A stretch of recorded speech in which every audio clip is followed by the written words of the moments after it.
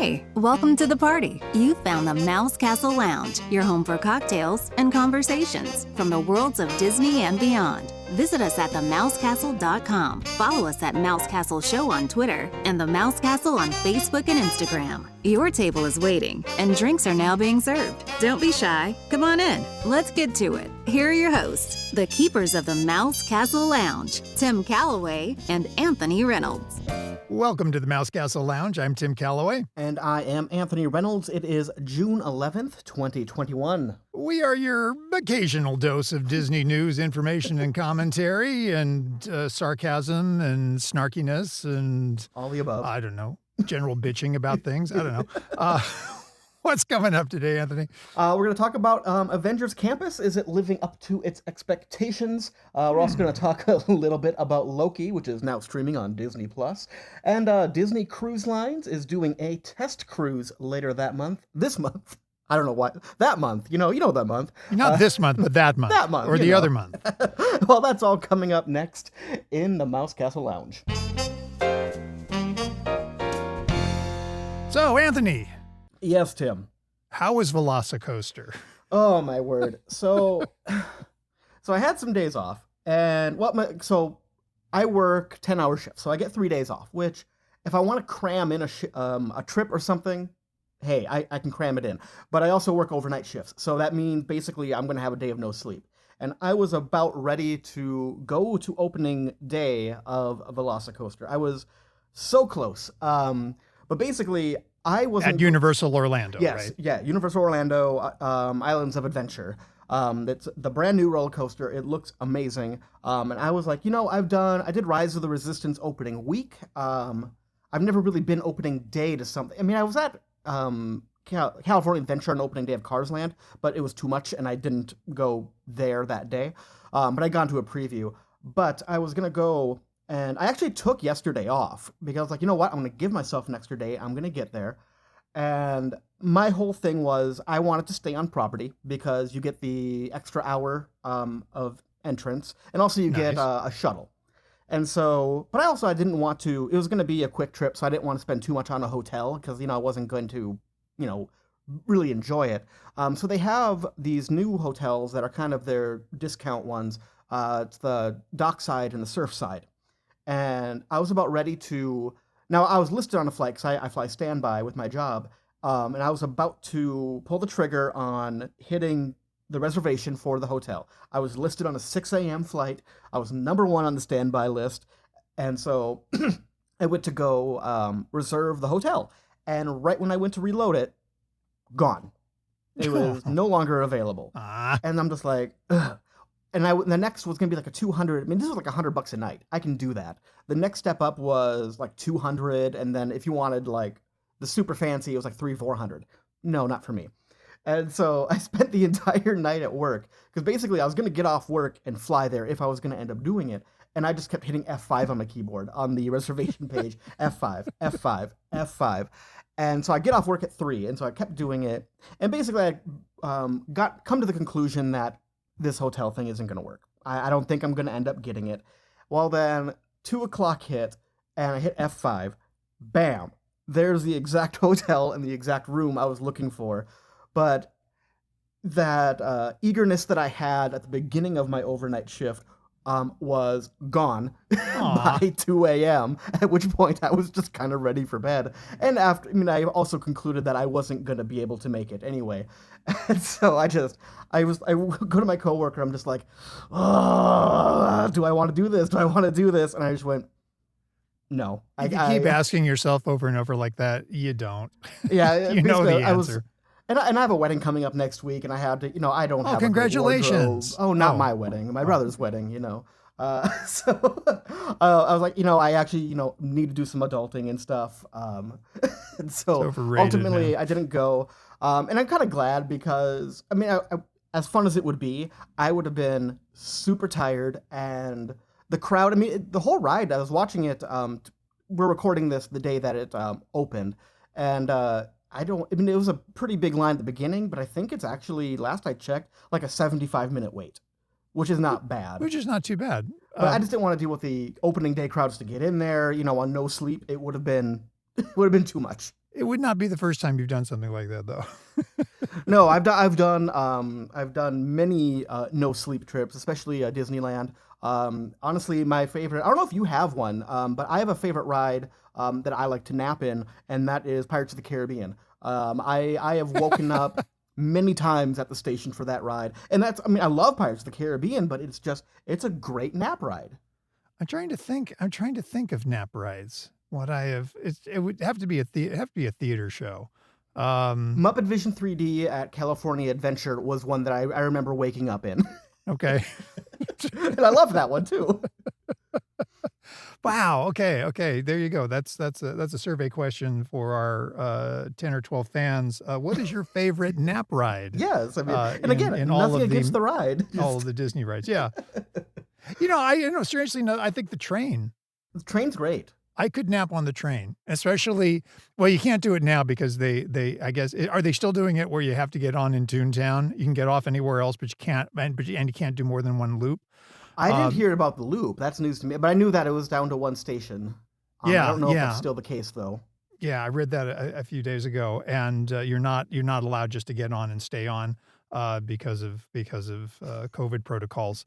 I used to work for a radio. I worked for a family of radio stations, and the classic rock one was called The Train, and actually the tagline was "Get on, stay on." So that's really ironic that you just said that. I was like, "Wow, did you listen to 106.5?" Oh my God.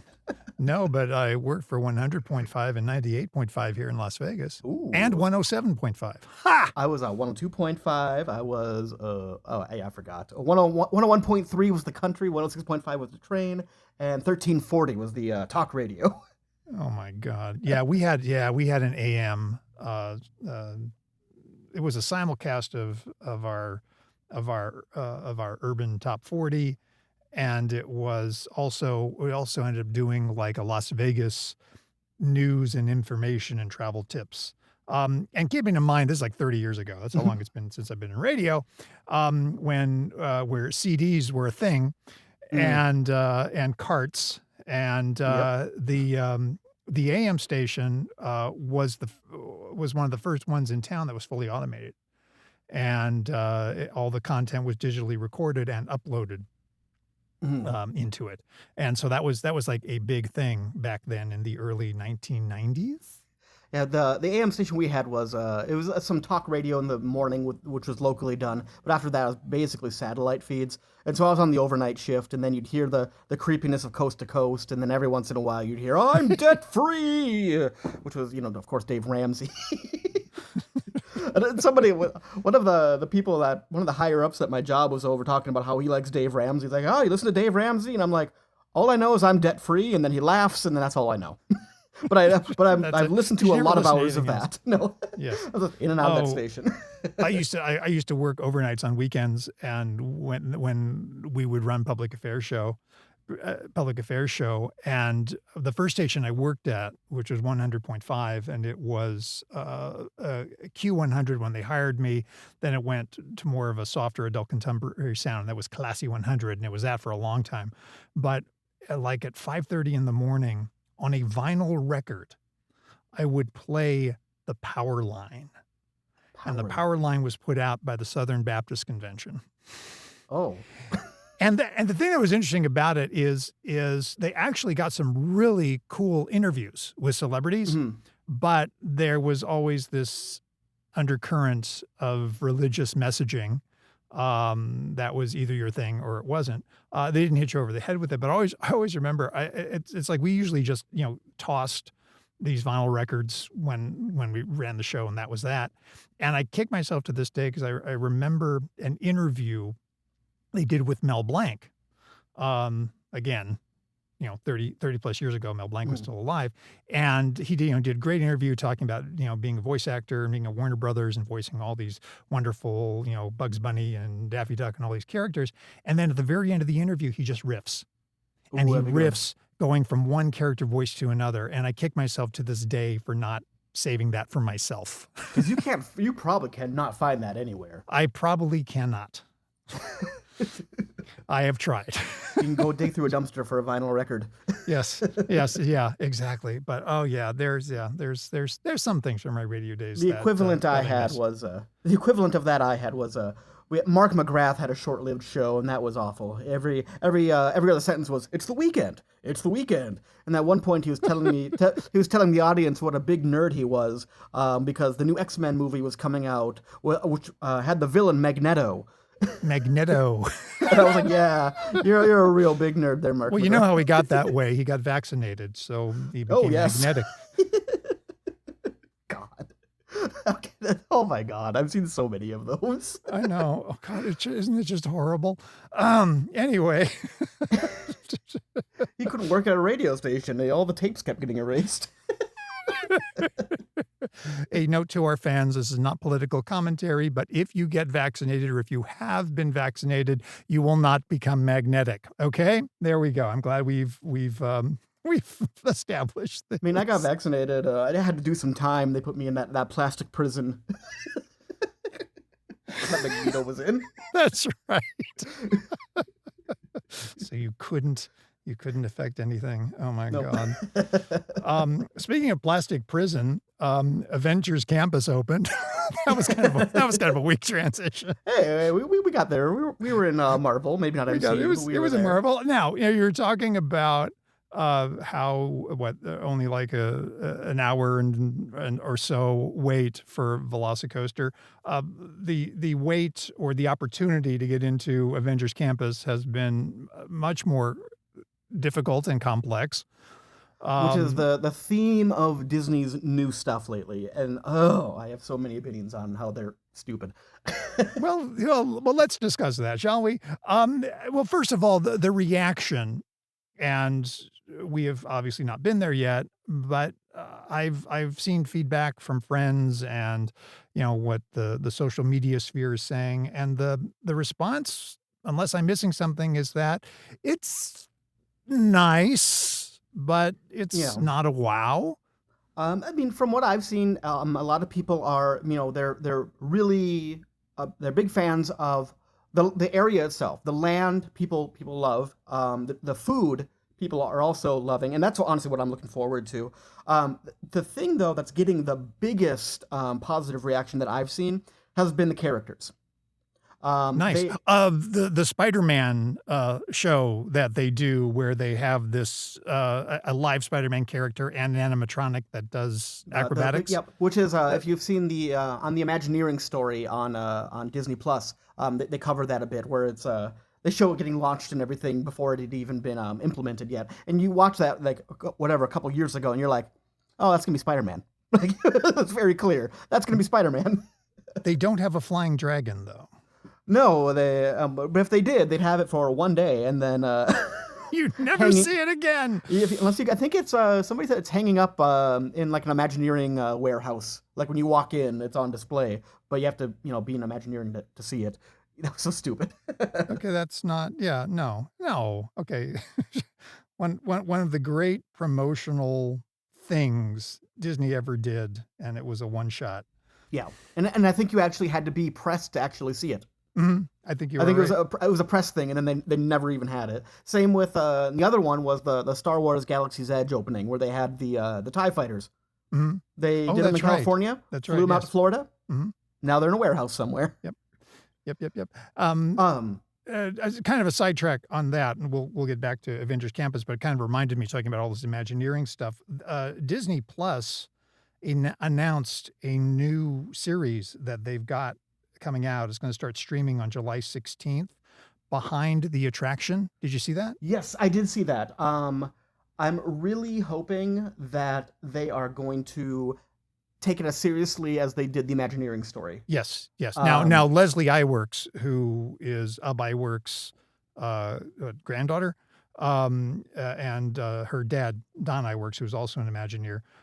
She's the one that produced the Imagineering story, and she's just a terrific filmmaker and documentary filmmaker. I don't know if she's involved in this at all, but I hope, like you said, I agree. I hope they take the same, not necessarily reverence, but just a very honest approach respectful Yep. approach to it. I think it looks really cool. Because what I liked about Imagineering's story is that there were a few times, I mean, to a degree, where they acknowledged faults, they acknowledged missteps, which I think is it's not common for the Disney company. You know, they kind of paint everything over with happy Disneyness, and they don't acknowledge any of that. So it's going to be interesting.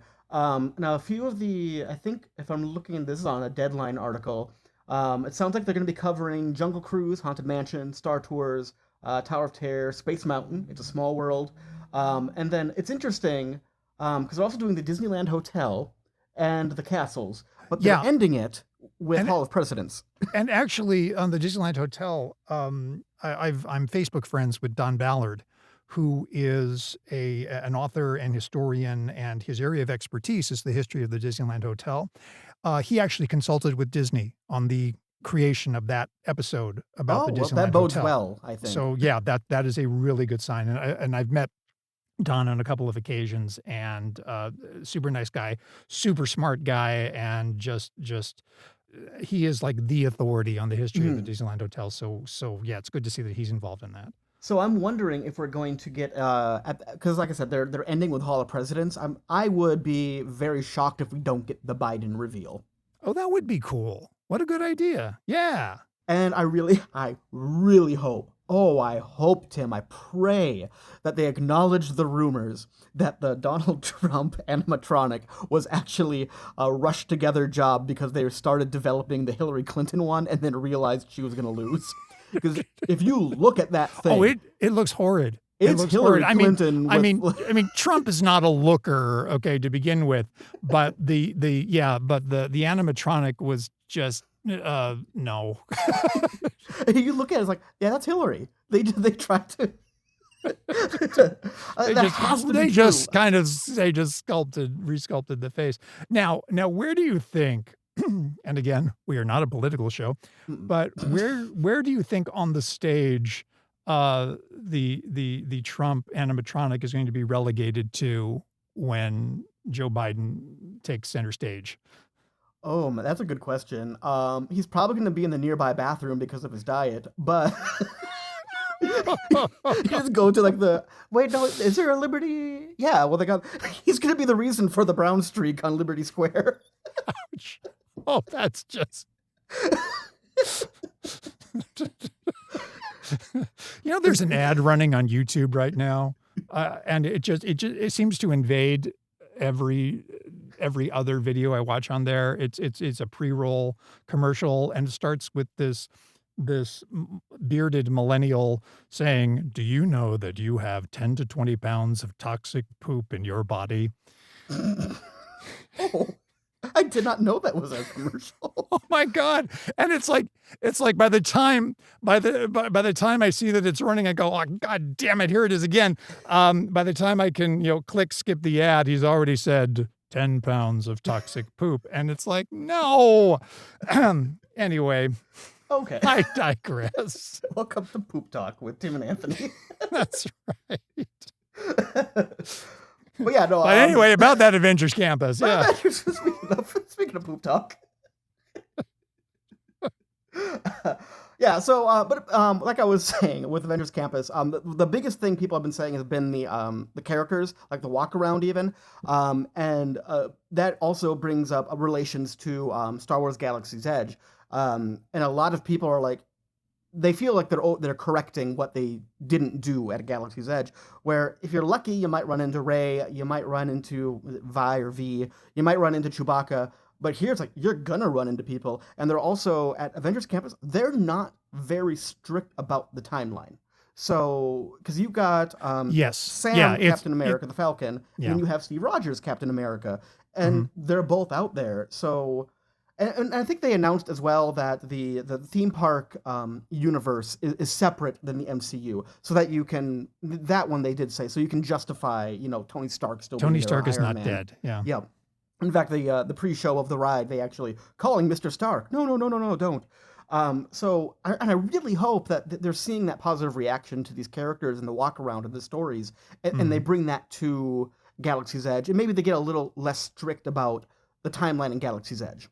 Yeah, because they really pigeonholed themselves on that. I mean, Yep. and it's great that it does have a specific place and time, but like you said, it's also very restrictive because there's a lot of characters that you can't introduce or maybe only speak of them, as shadows from the past. Yeah, I mean, you can't make money off Baby Yoda or Grogu in a land No, where, that hasn't been that hasn't been successful for Disney at all. well, in the park. I mean, so I think Yeah. they actually, if I recall correctly, at Disneyland before everything closed down, I think they had a Baby Yoda Grogu, stand selling, his stuff, but it was like either at the entrance or right outside it. Like, if you were less strict, you could have that inside the land. You don't have to just have a, hey, open up a trench coat. Do you want some Grogu stuff?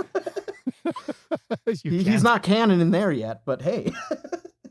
But yeah, no. And honestly, it's weird. Like I was actually debating going to Disneyland at the end of this month, and then I kind of saw how much of a cluster it was to get in and or you either had to get the you have to go on to the app to get a boarding group or whatever, just like kind of Yes. rise the resistance. Yeah, and you can only do it at 9 and at noon. 7 and noon. So 7 before and you get noon. in there.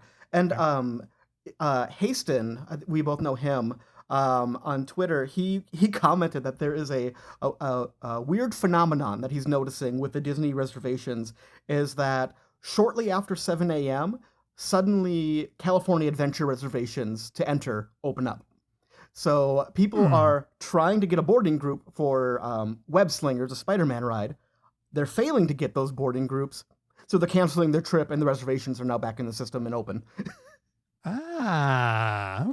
Okay. So give it time if you're really committed to be there. Wait for someone to bail. Got it. Yeah. So, but that's the other thing is like you watch back to kind of Velocicoaster a bit. That ride they open it up. They got a standby line. That your biggest worry is that you're going to wait a long time in line. Whereas Disneyland and even Disney Hollywood Studios with Rise of the Resistance, and then California with that ride and Web Slingers, is that you're spending all this money. Your worry isn't that you're going to wait a long time. It's that are you going to be able to do it? Yeah, exactly. And that's not right to me. And I think, part of Disney's approach to this too is they don't want people standing in a long standby line because that is time that they're not elsewhere in the park, Yeah. getting food and buying merchandise. But they have those I mean, so like Universal Studios with the Hagrid ride. I mean, they do have the virtual line and all that, but when demand's not that heavy, they open it up to standby. You're welcome to wait in that line, and I think that's an overall better guest experience because you're not limiting these people. Because you have a lot of people like they're losing people because they're canceling their entire trip. Like, we're not going to go to California Adventure. We can't even get on this new ride, and you can't even get into the land unless you have that ride. And one of the other complaints I saw too is, with everybody just wanting just to take in the Avengers campus just as itself, and then also get on Web Slingers, kind of overlooked on this is the Guardians of the Galaxy ride, which is, from what I've heard from a number of people, is more times than not a walk-on. Yes, But because you cannot get into the campus. Avengers campus, period, you can't even set foot inside it without having a boarding group. People aren't riding the Guardians ride. And because you can only enter from one side and exit then out on Hollywood Boulevard, there's no opportunity to do it. And I think they could, I think it would be in Disney's best interest. It's like, okay, Guardians will be kind of neutral ground, and you can go on the ride without actually stepping a little bit further and getting all the way into Avengers You can campus. just move the entrance. It doesn't. This ride that's been open for multiple years suddenly, nope. Yes. You guys have to either have a reservation for the Spider-Man thing, or you have to wait 6 hours. No. Yeah. And that's wrong. That is just Disney, wrong. I think, as far as their land openings, their attraction they're really dropping the ball. It's, Yeah, I agree. it's like I think we talked about it. Like when I did Rise of the Resistance opening week, I mean it was still at the heart of it, first come first serve. You lined up early, but you got there. It wasn't a whole rush to get your phone. It was once you scan your ticket, you get in, boom, now you can get a pass. But you're not competing with Right. hundreds, if not thousands, of people at the same time to get in. It's yeah. Exactly. Whereas like I said, I'm a big fan. I'm a Universal stan now, and they're rocking it. They they're just opening it up. Hey, get in line. Welcome. And Yeah. it's I know this is how we've always done it. It's worked. We're not trying to overcomplicate it with new technology.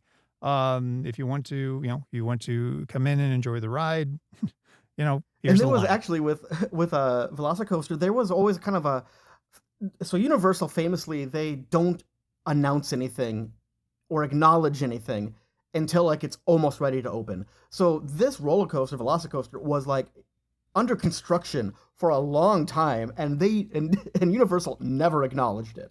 And so there was like a tongue-in-cheek rumor going around that it's a brand new churro stand, whatever.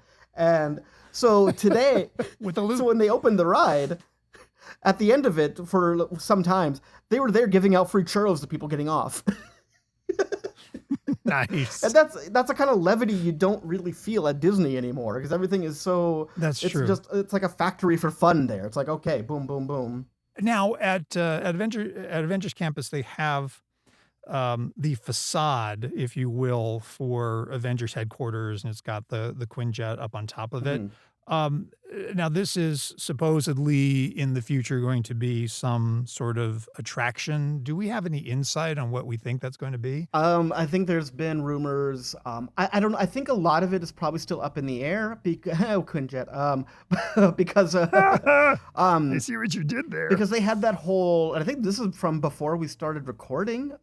Where they announced I can't remember what it's called, but the potential add-ons or the extensions of Disneyland California Adventure. I think if those get approved or whatever, we could see some stuff going in there.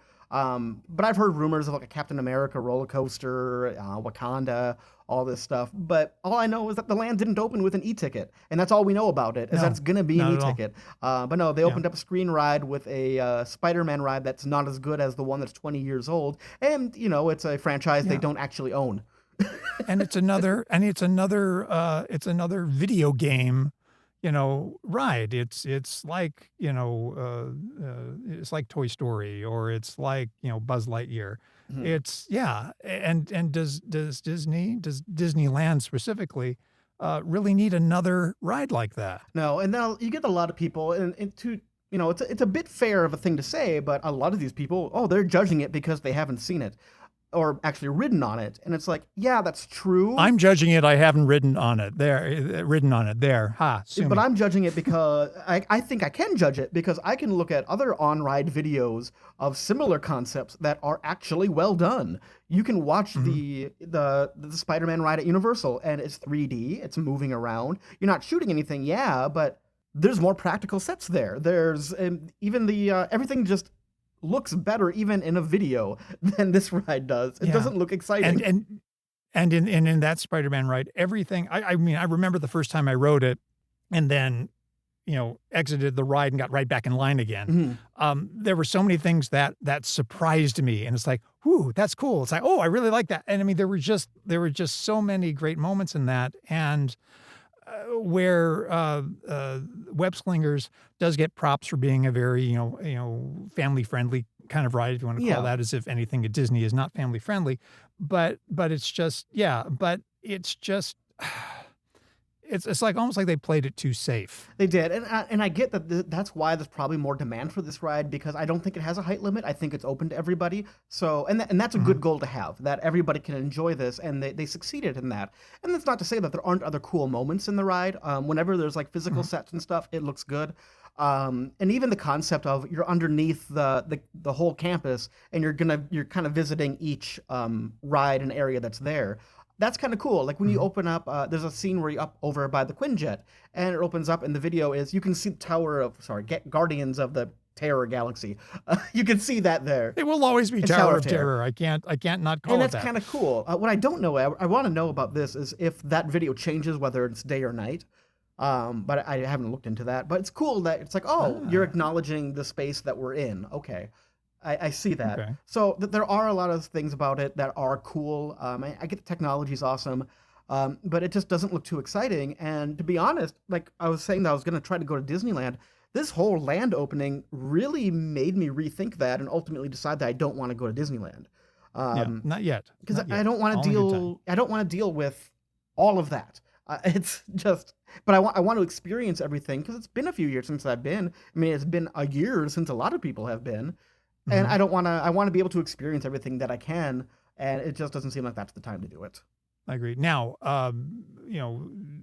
Avengers Campus has its detractors, but one thing that Marvel and Disney seem to be getting right is the shows on Disney Plus, and Loki is out this week. It is, and actually, a quick relation is now that they have Loki is out. Of course, he's a prisoner, I think, with a TVA, the time variance thing. I don't know, but they have a walk around Loki now in the prison garb.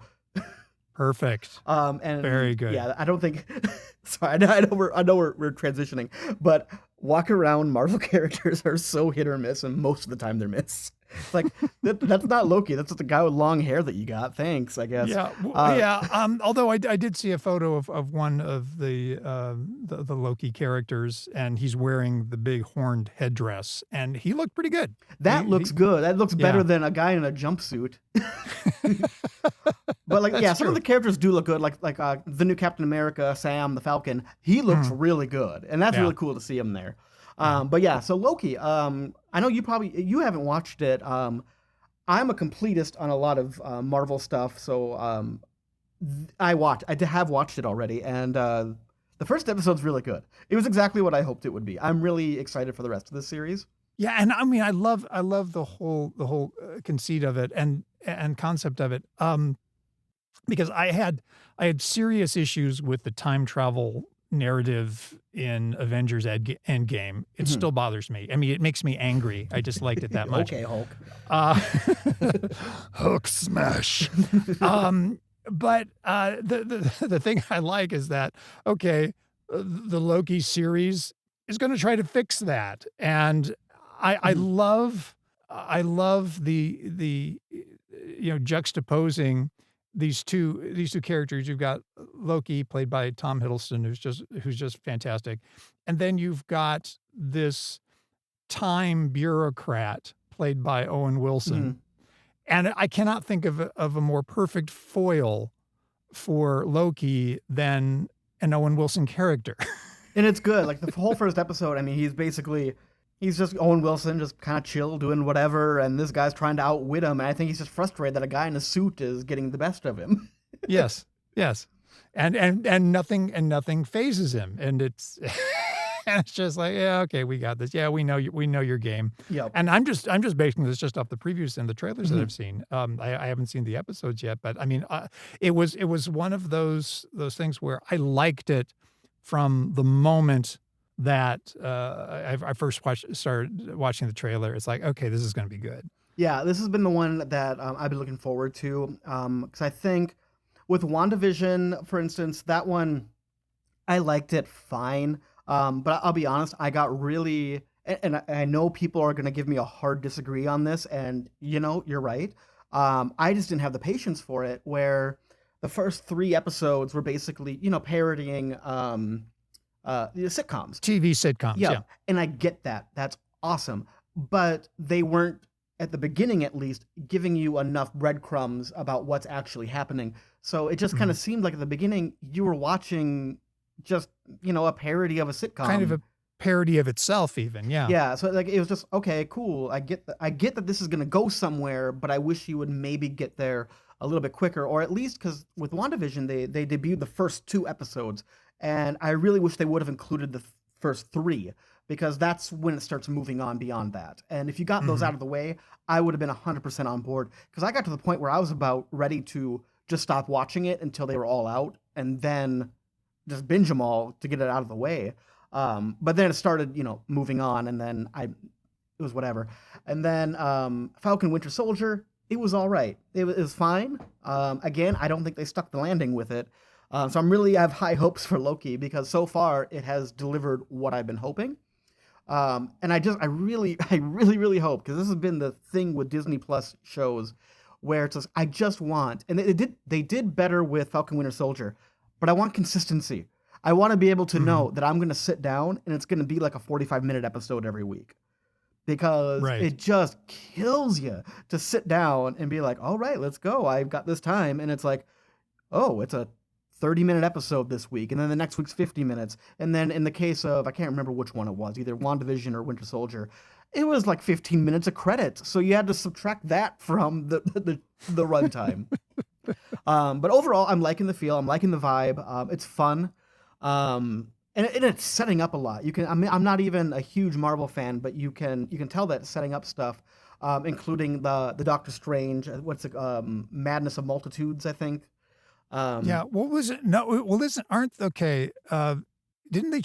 they changed the title? Isn't it now going to be like The Death of Doctor Strange?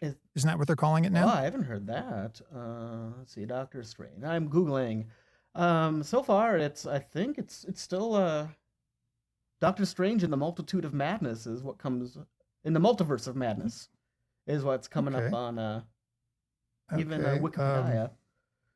Wikipedia. Well, if it's in Wikipedia, then it must be true. But yeah, I haven't heard about that. So, but I think Doctor Strange and the. Okay. I gotta look this up now because this is bothering me now. Maybe it was a comic that I'm thinking of, but I saw this somewhere. That was Death of Doctor Strange. Okay, it's got to be. It had to be referencing something. Oh, okay, it's in the comics.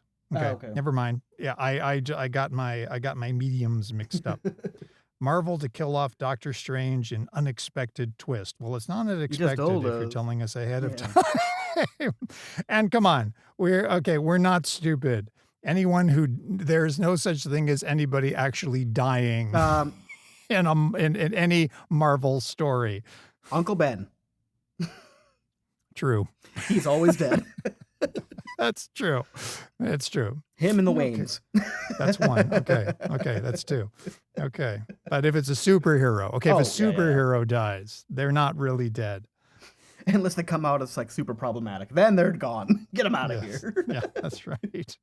Oh, I know. Well, we talked about that on an earlier episode about there was this billboard campaign in Southern California to try to bring back Iron Man and Tony Stark. And it's like Robert Downey Jr. has moved on, guys. Well, go to Avengers campus. He's still alive there. There you go. Be happy. That's true. That really is Robert Downey Jr. too. He's walking around. He's got, he's eating shawarma. Oh, I want to have shawarma. Well, you got to get there before 10 a.m. Otherwise, Avengers campus runs out of it.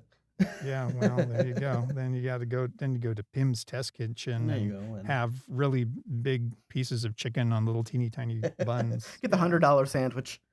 Go for it. So anyway, yeah, Loki, it's good. I like it. It's good. I'm on board. Okay, cool. There you have it. In Florida, and when you start any conversation, it can go with the words in either Florida. way. It can go either way. Disney Cruise Lines has gotten the go-ahead and is launching a 2-night test cruise later this month. I believe June 29th. And the reason they're doing this is to comply with COVID protocols as the cruise industry comes back online. They are they're calling it, they're calling it a test cruise or a shakedown cruise. Don't get excited because it's not something that's open to the general public. They're actually taking volunteers from the ranks of Disney employees. So if you're a Disney employee, though, hey, if you're a Disney employee, you're probably already booked on this. There's a good chance you could go do this. I have no idea what the sign up process was or anything like that. But I guess what the regulations are is that cruise lines can begin operations in Florida if 98% of the crew is vaccinated and plus 95% of the guests on the cruise. which is actually something that the governor of Florida is trying to circumvent right now, but that's a whole other different story. But one of the ways to go around that, if the cruise line is not going to comply to that degree, they can do what's called a test cruise, where they have to demonstrate to the CDC and whatever regulators, whatever, bureaucrats they need to show, Owen Wilson. that they have sufficient protocols in place. Owen Wilson will come Owen Wilson. and approve or disapprove your cruise. If he gives it a wow, hey, Yeah. you get wow. Wow. Wow. Ka-chow. I'm a car. Ka-chow. Wow. Yeah, so... But if the bureaucrats approve... But basically, if Disney and the other cruise lines can demonstrate that they have the protocols in place to ensure the safety of the crew and guests, then that gives them the green light to continue doing what they do. I guess the only rule was, couldn't just be, an out and back kind of cruise. It had to have at least one overnight day. So that's why it's a 2-day cruise. And again, they're cruising out of Port Canaveral on June 29th through July 1st. And I believe it's the Disney Dream, is it? Yes, it is the Disney Dream. Disney Dream. The Disney Dream. So if it's your dream to be on a shakedown cruise for the Disney Cruise Line, chances are, if you're a Disney cast member, you're already on it. You already know already. Every employee is on there. Every employee is on it. That is going to be one crowded ship. I think so. Not to get too political or hard opinioned on it, but I think this is all because, like we said in the article, that it's basically the 95% vaccination thing or demonstrate this. And to me, it's just a whole thing of no company and no business wants to actually hold people accountable for their vaccination stuff. And that frustrates me. And it gets so annoying. I think the biggest bullshit thing going on right now is when you walk into a store or a business and it said, hey, fully vaccinated guests, you're welcome to go in here without a mask. You know what? You're not fooling anybody. Just say, hey, guys, guess what? You don't have to wear a mask in here. It's all theatrics. Well, I had posted that on my Facebook page a few weeks back. I had seen it somewhere on the interwebs. What is it? It was theaters opening. It's like, as long as you are vaccinated or you are a liar, you can go to the movies. I mean, I'm obviously pro-vaccination. I'm pro-mask. But honestly, if you're just opening up for vaccinated people, just say you're opening it. You're not making me feel better as a vaccinated person that I'm shopping. I know that the people that I am shopping around people who aren't vaccinated. I get that. Just save your breath, people. Well, what's the? I was just on.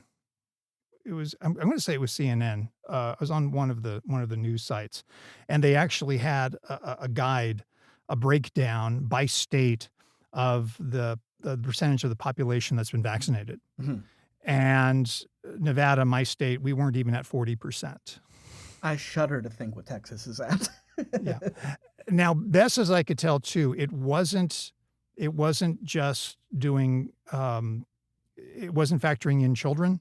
Mm-hmm. It was the entire. I'm sorry. It was factoring in children, so it's the entire population, not just adults.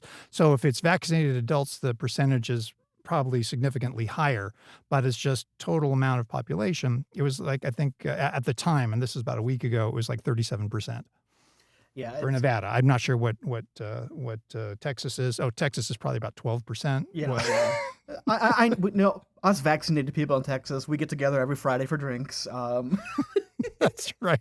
In a corner of a tiki bar. Yeah, that's us. That's all.